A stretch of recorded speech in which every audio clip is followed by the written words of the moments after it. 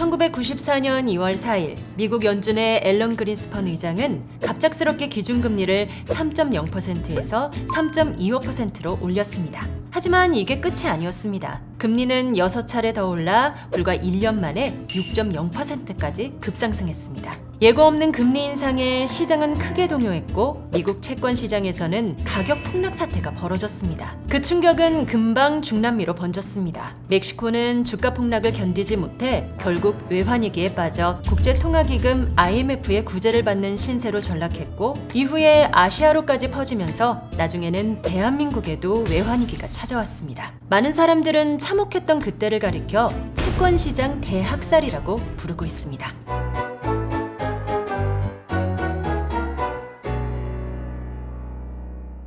안녕하세요. 금융에 관련된 그날의 이야기를 알아보는 시간 내 귀의 경제사 시즌2 그날 성우 사문영입니다. 앞에서와 마찬가지로 3월에 열리는 미국 연방공개시장위원회 FOMC에서 금리를 높일 것으로 전망하고 있습니다. 그동안 미국 연준이 금리를 조절할 때 통상적으로 0.25%포인트 단위로 변동을 했었는데 이번에는 0.5%포인트를 올리는 빅스텝을 단행하거나 어쩌면 그 이상이 될 수도 있을 것이라는 견해가 지배적인데요. 아주 오래전 연준의 결정으로 금융시장이 그토록 크게 동요했던 걸 기억해보면 지금의 상황을 반드시 주목해야 할 필요가 있는 것 같습니다. 내귀의 경제사 시즌2 첫 번째 시간. 오늘은 지난 1994년 2월 전 세계를 혼란스럽게 했고 현재에도 전 세계를 긴장시키고 있는 미 연준의 금리 인상에 대해서 알아보도록 하겠습니다.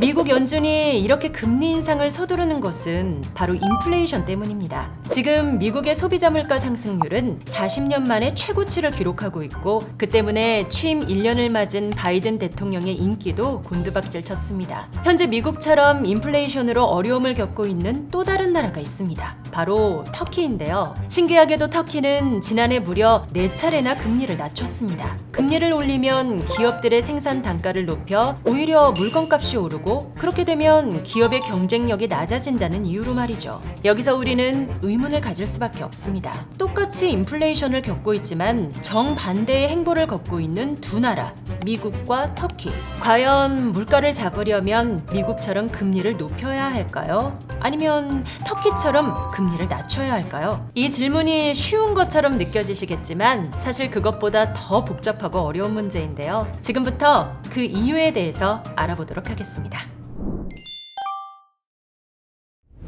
화폐 경제가 생긴 이래 돈을 빌려주는 사람이 돈을 빌리는 사람한테 요구하는 금리가 있었지만 그 금리와 물가 사이의 관계에 대해서 사람들이 본격적으로 고민한 것은 200년이 되지 않습니다. 이유는 바로 금리 조절 자체를 아주 불경스럽게 생각했기 때문입니다. 16세기까지 유럽에서는 이자를 받는 것 자체를 신성모독이라고 생각했고 이슬람 세계에서는 지금도 율법 샤리아에 따라 이자를 받지 않습니다. 우여곡절 끝에 16세기 초에 이르러서 기독교 세계에서는 이자 수치가 합법화되었음에도 이자를 함부로 조절하는 것은 어쩐지 불편하고 껄끄러운 일로 간주되었습니다. 그래서 웬만해서는 이자를 조절하지 않으려고 했습니다.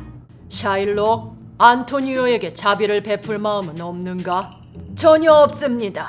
저는 약속을 아주 중요하게 여기는 사람입니다. 그렇다면 샤일록은 안토니오의 가슴살을 1파운드만 떼시오. 잠깐! 가슴살을 베어내되 단 한 방울의 피도 흘려서는 안 됩니다.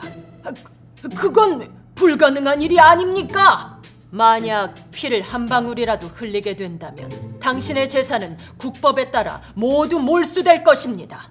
16세기에 쓰인 셰익스피어의 5대 희극 베니스의 상인을 보면 고리대금업자 샤일록을 부정적으로 묘사하고 있어 그때의 분위기를 알 수 있습니다. 영국의 중앙은행은 1746년부터 1822년까지 4명의 총재가 바뀌는 무려 76년 동안 단 한 번도 금리를 조절하지 않았습니다. 산업혁명이 시작되어 농경사회에서는 경험하지 못했던 경기 변동을 겪고 나폴레옹 전쟁을 치르면서도 금리를 조절한다는 생각을 못하고 연 5%로 버텼던 것입니다. 프랑스도 사정이 비슷합니다. 1820년부터 1847년까지 연 4% 금리로 견뎠습니다. 그러니까 아주 오랜 시간 금리와 물가의 관계를 생각할 기회조차 없었던 것입니다.